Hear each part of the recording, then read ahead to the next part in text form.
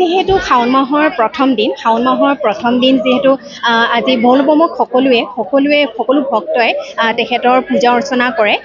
আজি আমি উপস্থিত আছোঁ গুৱাহাটী বশিষ্ঠ মন্দিৰৰ আৰু এই বশিষ্ঠ মন্দিৰত আপোনালোকক আমি দৃশ্যাৱলী দেখুৱাব বিচাৰিছোঁ।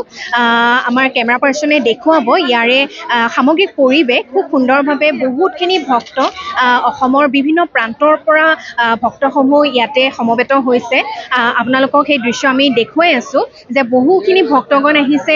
যিহেতু ভলবমৰ এই ভোলানাথ আজি শিৱ বাবাৰ যিহেতু শাওন মাহৰ আজি প্ৰথম দিন হয়, গতিকে বহুখিনি ভক্তৰ সমাগম হৈছে আৰু ইয়াতে এটা সংঘই তেওঁলোকে খুব সুন্দৰভাৱে এটি প্ৰথম পদক্ষেপ তেওঁলোকে হাতত লৈছে আৰু সেই পদক্ষেপটো হৈছে যে তেওঁলোকে মৰিগাঁৱৰ পৰা আহিছে আৰু ইয়াতে বশিষ্ঠ মন্দিৰৰ নদীৰ পানী তেওঁলোকে লৈ গৈ তেওঁলোকে আকৌ মৰিগাঁৱলৈকে যাব আৰু তাতে তেওঁলোকে পূজা অৰ্চনা কৰিব। এইটো তেওঁলোকৰ প্ৰথম পদক্ষেপ আৰু ইয়াৰে যিগৰাকী সভাপতি তেখেতে জনাইছে আমাক যে তেওঁলোকে এই পদক্ষেপত বহুখিনি আৰক্ষী প্ৰশাসনৰ পৰা বহুখিনি তেওঁলোকে সহায় পাইছে।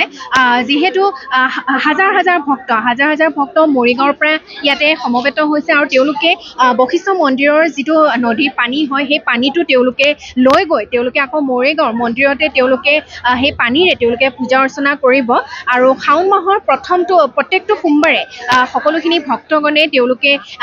ভক্তগণে এনেধৰণে পূজা অৰ্চনা কৰে। যিহেতু আজি শাওন মাহৰ প্ৰথম দিন আৰু এই প্ৰথম দিনটোতে বশিষ্ঠ মন্দিৰত বহুখিনি ভক্তৰ আমি সমাগম দেখিছোঁ।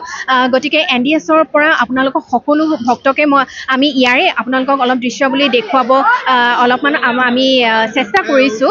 গতিকে এই শাওন মাহটো আমি প্ৰায়ভাগে বশিষ্ঠ মন্দিৰ হওক বা অসমৰ বিভিন্ন প্ৰান্তৰ মন্দিৰ হওক আপোনালোকক দেখুৱাই থাকিম। চাই থাকিব NDS নিউজ।